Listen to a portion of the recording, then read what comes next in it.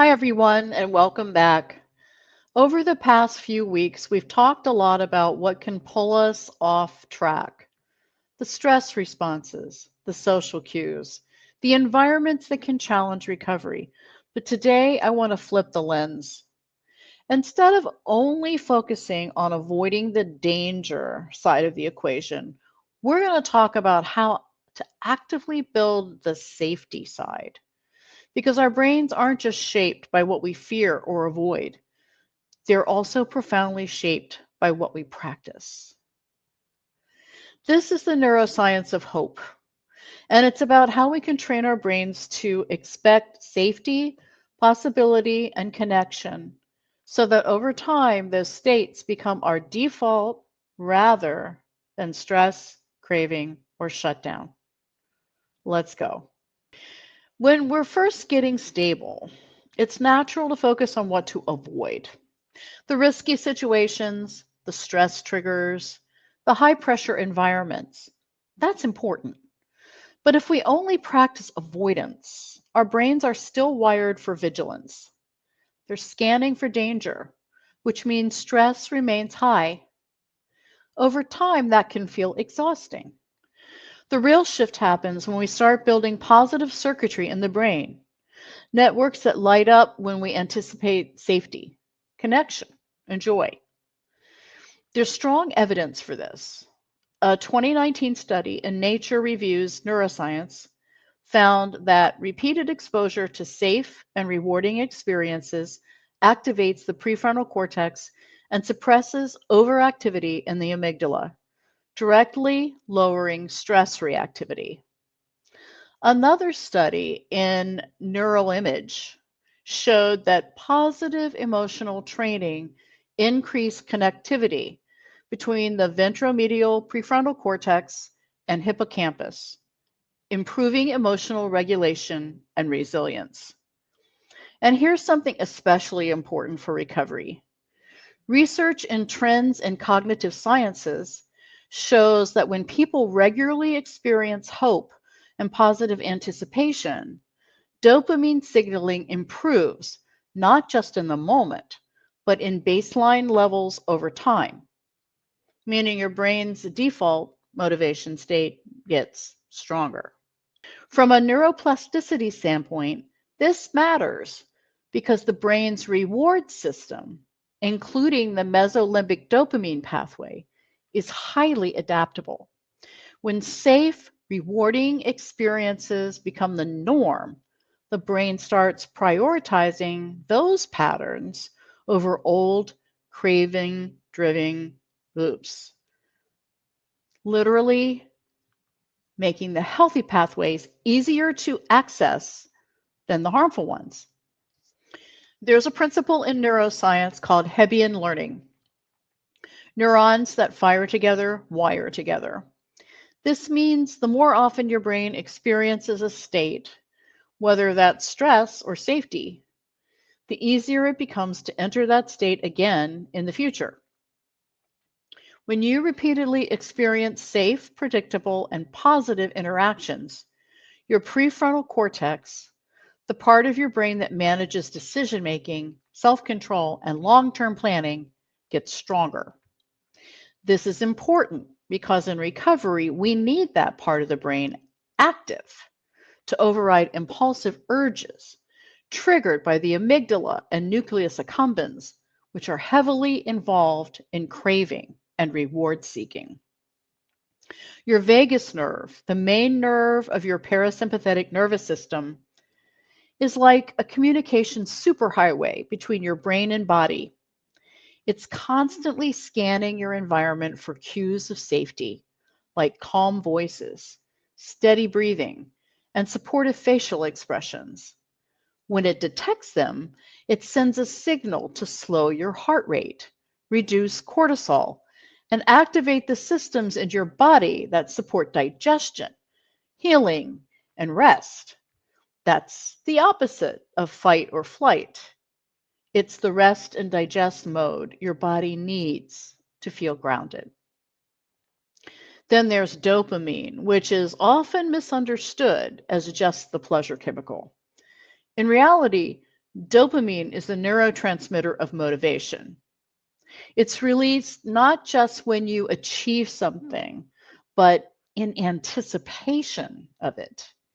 When you build hopeful routines and safe rituals into your life, your brain starts releasing dopamine simply because it predicts something good is coming. That anticipation keeps you moving forward.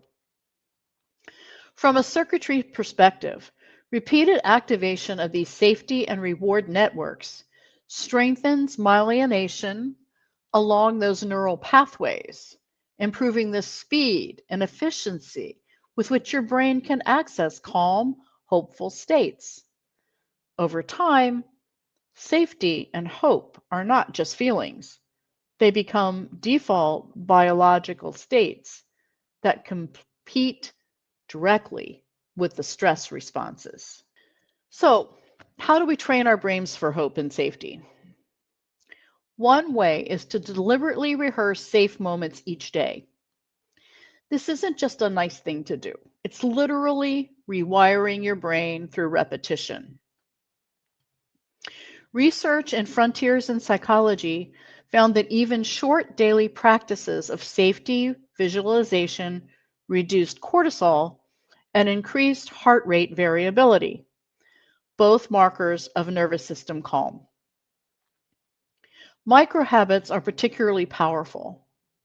According to a 2019 Nature Neuroscience study, tiny but consistent behaviors strengthen synaptic efficiency in relevant neural circuits, meaning your brain requires less conscious effort to repeat them over time. Connection is also critical. The work of Stephen Porges on the polyvagal theory shows that social engagement cues like eye contact, warm tone, and predictable responses activate the vagus nerve, signaling safety to the body.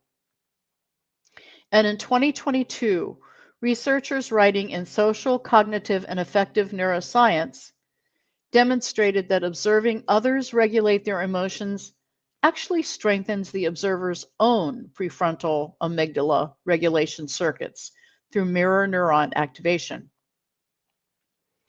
Finally, celebrating small wins taps into reinforcement learning.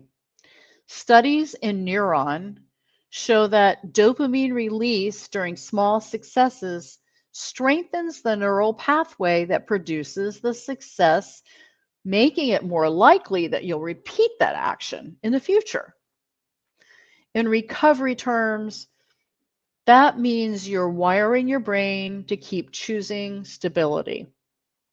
Over time, this becomes a self-sustaining loop where the brain seeks out safety because it has learned that safety feels good. Before we wrap up, let's take a few minutes to reflect together. First, think back over the past week. What moments stand out as truly safe and grounded? In neuroscience terms, these moments likely activated your parasympathetic nervous system. Your breathing slowed, your heart rate steadied, and your brain shifted into a mode where it could process, learn, and store positive memories. Second, who in your life models the kind of recovery you want?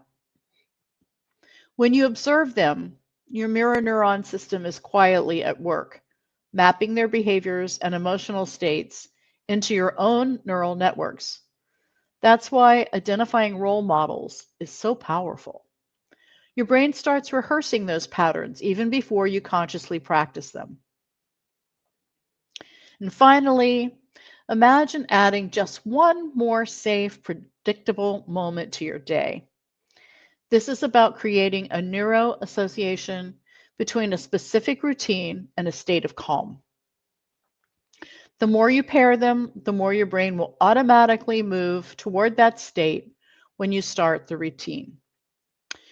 Here's the big takeaway. Hope isn't just a feeling. It's a neurological process that you can nurture. Every time you experience safety, stability, and connection, you're firing up neural pathways that compete directly with stress, craving, and impulsivity. This isn't about thinking positive. It's about changing the structure and function of your brain so that recovery becomes less of a struggle and more of a natural way of living.